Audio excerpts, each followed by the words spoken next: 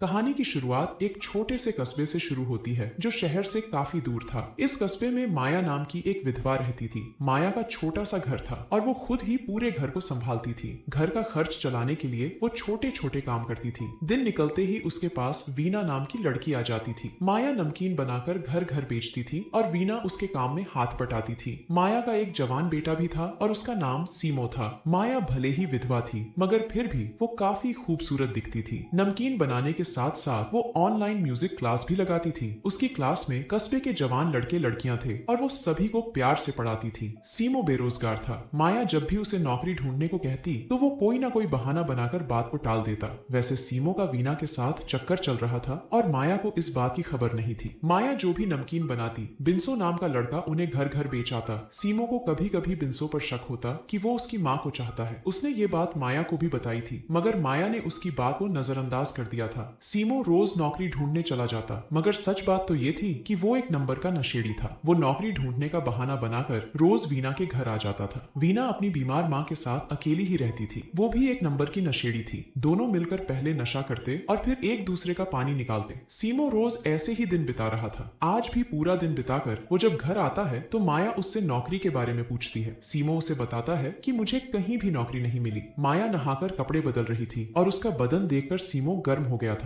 वो जल्दी जल्दी उसे पकड़कर उसकी गुफा में धमाके करने लगता है। जी हाँ दोस्तों, कलयुगी बेटा अपनी विधवा माँ के साथ ही शुरू हो गया था। वैसे इन दोनों का चक्कर काफी समय से चल रहा था। दिन के उजाले में ये माँ बेटे की तरह रहते और रात होते ही पति पत्नी बन जाते। दोनों 5 साल से इसी कस्बे में रह रहे थे और किसी को भी इनकी सच्चाई के बारे में नहीं पता था। अगले दिन माया और वीना काम कर रही थी। काम खत्म होता देखकर माया वीना को उसकी सैलरी देती है, जिसके बाद वीना चली जाती है। उसके जाते ही सीमो मजाक मजाक में उसके बदन की तारीफ करता है। वीना की तारीफ सुनकर माया जल गई। वो सीमो पर बेहद गुस्सा करती है और उसे नौकरी ढूंढने को कहती है। माया की बात सुनकर सीमो घर से चल पड़ता है लेकिन वो नौकरी ढूंढने की जगह सीधा वीना के घर आ जाता है। वीना भी घर के काम कर रही थी। सीमो उसके साथ मस्ती करना चाहता था मगर वीना घर के काम करना चाहती थी। उसके रोकने पर भी जब सीमो नहीं रुकता तो वो भी उस पर काफी गुस्सा करती है। वीना उसे काफी बुरा भला कहकर घर से निकाल देती है। वीना के घर से निकलकर सीमो बाहर ही समय बिताने लगा। वो पूरा दिन बाहर बिताना चाहता था ताकि माया को लगे कि वो पूरा दिन नौकरी ढूंढता रहा। शाम को जब वो घर आता है तो उसे घर में माया नजर नहीं आती। वो उसे फोन भी करता है लेकिन माया का फोन बंद आ रहा था। माया घर में नहीं थी इसलिए सीमो खुद ही रात का खाना बनाने लगा। खाना बनाकर वो माया का इंतजार करने लगा और इंतजार करते करते काफी रात हो गई। कुछ देर बाद माया घर आती है और उसके साथ एक नया लड़का भी था। वो जैसे ही अंदर आती है तो सीमो उससे देरी का कारण पूछता है। माया बताती है कि मैं शहर गई थी और बारिश के कारण मुझे देर हो गई। इसके बाद वो सीमो को नए लड़के से मिलवाती है। नए लड़के का नाम मैसी था और वो माया का म्यूजिक स्टूडेंट था। माया उसे भी ऑनलाइन पढ़ाती थी लेकिन आज कुछ सोचकर वो उसे घर ले आई थी। जल्दी ही माया अपने कमरे में आकर अपने कपड़े बदलने लगी।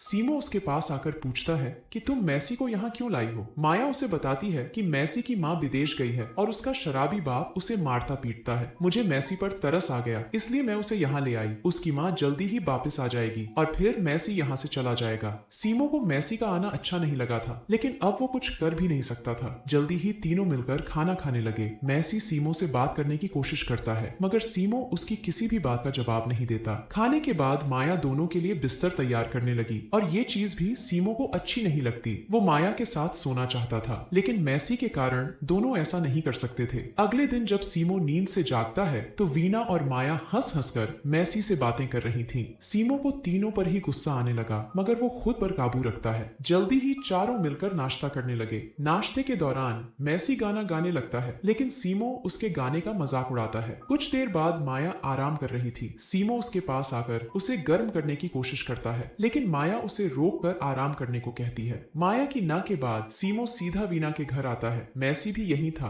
और सीमो को देखकर वो डर जाता है। वीना उसे समझाती है कि तुम्हें डरने की कोई जरूरत नहीं, सीमो भी तुम्हारी तरह नशेड़ी है। इसके बाद तीनों मिलकर नशा करते हैं। नशा करने के बाद मैसी वीना के साथ शुरू हो गया और दोनों को देखकर सीमो भी गर्म हो गया। जल्दी ही वो भी दोनों के पास आता है जिसके बाद दोनों लड़के मिलकर वीना की गुफा में धमाके करने लगते हैं। अगले दिन भी दोनों लड़के वीना के घर में थे। वीना का झुकाव मैसी की तरफ बढ़ रहा था और सीमो को ये चीज पसंद नहीं आ रही थी। उसे मैसी से जलन होने लगी थी और वो दोनों को वहीं छोड़कर घर चला जाता है। माया जब उससे उससे मैसी के बारे में पूछती है तो सीमो उसे बताता है कि वो वीना के साथ मस्ती कर रहा है। सीमो की बात सुनकर माया सीधा वीना के घर आती है और उसे मारकर कहती है, तुम बदचलन हो, आज के बाद मैसी से दूर रहना और मेरे घर भी मत आना। वीना का जलूस निकालकर वो घर आ जाती है। वो दोनों लड़कों को काम करने को कहती है ताकि वो बुरी संगत से बच सकें। उसकी बातें सुनकर मैसी नहाने चला जाता है, जिसके बाद माया सीमो से पूछती है कि क्या तुम भी वीना के साथ मस्ती करते थे। पहले पहले तो सीमो मना करता है, लेकिन जब माया जोर देकर पूछती है तो वो मान जाता है कि वो भी वीना की गुफा में पानी निकालता था। उसकी बात सुनकर माया बेहद गुस्सा करती है और उसे बुरा भला कहकर अपने काम पर लग जाती है। कुछ देर बाद सीमो उससे माफी मांगता है, मगर माया उसे माफ नहीं करती और उसे नौकरी ढूंढने को कहती है। उसकी बात मानकर सीमो कस्बे में घूमने लगा ताकि माया को लगे कि वो नौकरी ढूंढ रहा है। थोड़ी देर बाद जब सीमो घर आता है तो मैसी को माया के कमरे में देखता है। मैसी माया की टांगे दबा रहा था और ये देखकर सीमो जल गया था। रात को जब मैसी नींद में था तो सीमो धीरे से उठकर माया के पास आता है। सीमो माया की गुफा में धमाके करना चाहता था, मगर माया अभी भी उस पर गुस्सा थी। उसके कहने पर भी जब सीमो कमरे से नहीं जाता तो वही उठकर कमरे से बाहर चली जाती है। माया के जाने के बाद सीमो बाथरूम में आ गया और वहीं बैठकर नशा करने लगा। उधर माया मैसी के पास पहुंच गई थी। सीमो की हरकतों ने उसे गर्म कर दिया था, इसलिए वो मैसी को जगाकर उसके साथ शुरू हो गई थी। अगले दिन भी सीमो नौकरी का बहाना बनाकर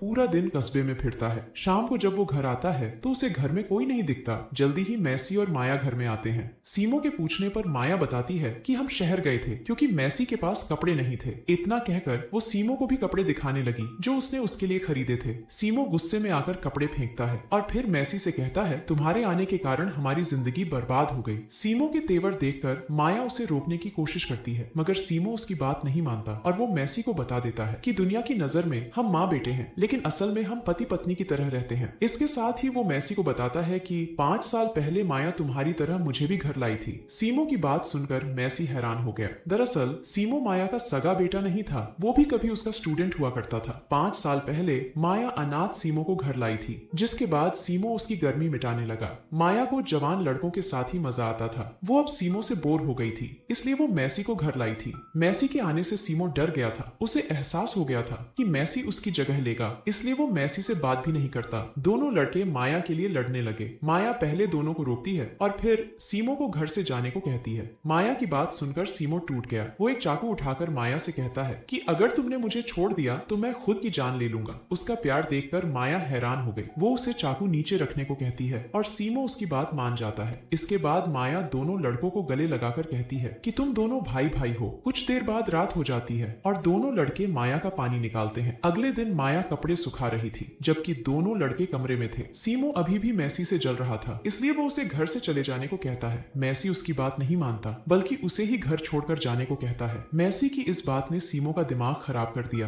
वो पहले तो कुछ नहीं बोलता, मगर फिर मौका देखकर चाकू उठा लेता है। माया अभी भी कपड़े सुखा रही थी और इसी बीच सीमो उसके पास आ जाता है। वो साला आते ही उसके बदन पर टूट पड़ता है और माया गर्म हो जाती है। माया अपनी ही दुनिया में खोई हुई थी और सीमो मौका देखकर चाकू निकालकर माया की गुफा में घुसेड़ देता है। सीमो के इस हमले से माया की सांसें अटक गई थी। वो धीरे धीरे तड़प तड़प कर मरती है और सीमो उसे मरते देखकर मजा लेता है। सीमो ने मैसी को भी मार दिया था। माया का झुकाव मैसी की तरफ बढ़ गया था और मैसी भी घर छोड़ने को तैयार नहीं था। बस इन्हीं 2 चीजों के कारण वो सीमो के हाथों मारे गए। कहानी के आखिर में सीमो कस्बा छोड़कर चला जाता है ताकि अपनी जिंदगी नए सिरे से शुरू कर सके। इसी के साथ इस कहानी का यही अंत हो जाता है। हमारी वीडियो देखने